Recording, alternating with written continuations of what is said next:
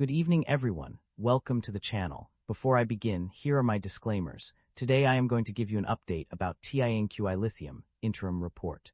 TIANQI Lithium Corporation offers a diverse range of businesses and services, including investment, production, processing, extraction, sales of plus lithium concentrate, plus lithium specialty compounds, plus battery-grade lithium carbonate, plus industrial-grade lithium hydroxide monohydrate, plus lithium chloride anhydrous, plus lithium metal. These services are provided across 3 continents: Australia, Chile, and China. The recent fluctuations in TIANQI Lithium's stock price can be attributed to several key events.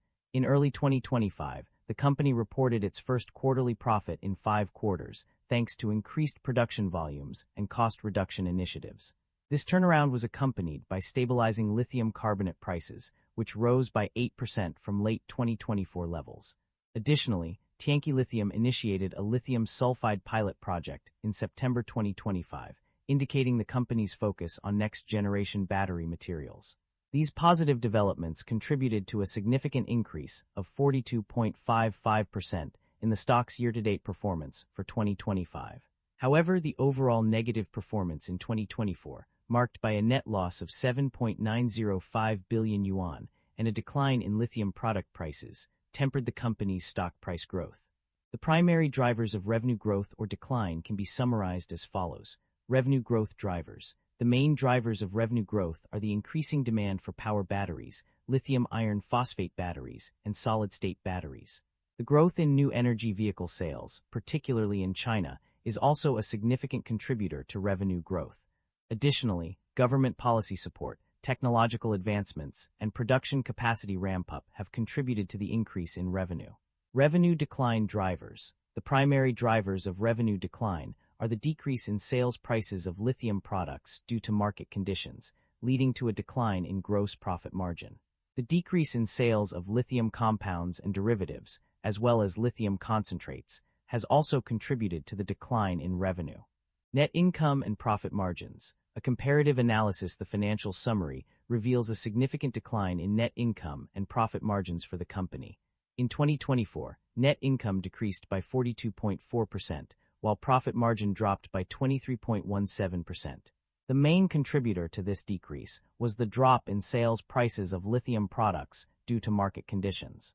Breaking down the data by product and region, we see that lithium concentrates experienced a gross profit decline of 23.5% and a profit margin decrease of 10.42%, while lithium compounds and derivatives saw a more substantial decline of 61.9% and 17.09%. The Chinese mainland witnessed a gross profit drop of 37.3% and a profit margin decrease of 11.41%, whereas the overseas regions suffered an even steeper decline of 86.6% and 29.78%. In contrast, when comparing 2024 to 2025, net income increased by plus 729.6%. However, this growth was accompanied by a decrease in gross profit margin from 51.7% to 39.6% and operating profit margin from 34.8% to 27.2%. These mixed results indicate that while the company experienced an increase in net income, its profitability decreased due to various market conditions and regional performance. The company's financial performance indicates a strong ability to generate cash from its core operations. The data shows that operating cash flow has been consistently positive over the past 6 months, with a net cash generated from operating activities of RMB 1,820,464. This suggests that the company is efficiently managing its resources and generating sufficient cash to cover its expenses, indicating a healthy financial position. The company's debt level has increased significantly over the past year. Total debt rose from RMB 5,041,272 to RMB 5,437,340, while non-current liabilities and current liabilities also saw substantial increases. However, the cash and bank balance has improved, rising from RMB 5,767,215 to RMB 7,186,379. In contrast, interest expenses have not shown a significant overall change. While some components of finance costs increased or decreased, such as interest on bank loans and lease liabilities, the total interest expenses actually decreased by RMB 76,000 755 from RMB 203,105 to RMB 126,350. The company's financial performance varied across different segments. Notably, the lithium and derivatives concentrate segment showed strong results, while the lithium compounds segment struggled, reporting a significant loss of RMB 457,833. This disparity highlights areas where the company excels and those that require improvement. Management is expressing optimism about the company's outlook despite potential challenges. They believe that the U.S. government's policy shift may create new opportunities for Chinese new energy companies to strengthen their global competitiveness. Additionally, they are committed to advancing digital transformation through lean management and value chain synergy. The company has also adopted a robust framework to manage key sustainability issues, guided by the LiTech for Good strategy. Management is focused on building a digitally intelligent TIANQI and aims for long-term cooperation with RT Lithium, exceeding 3 years. However, they acknowledge that recent sales revenue decline has led to decreased cash collections and gross profit. The company has made several key acquisitions and divestitures.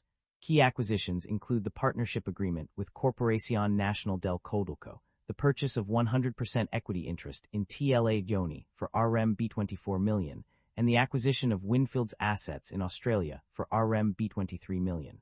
Additionally, the company invested in Smart and SQM through equity investments worth RMB billion and RMB 844 million respectively. On the other hand, the company has also made significant divestitures. Codelco will take majority ownership of core lithium operations in Salar de Atacama from 2025 onwards, while SQM will lose control over its core lithium operations in Atacama, Chile by 2031. The company has a history of paying dividends to its shareholders. This is explicitly stated across multiple pages, including page 76 where it clearly states, dividends, yes. There is no mention or indication of share buybacks in the provided financial summary.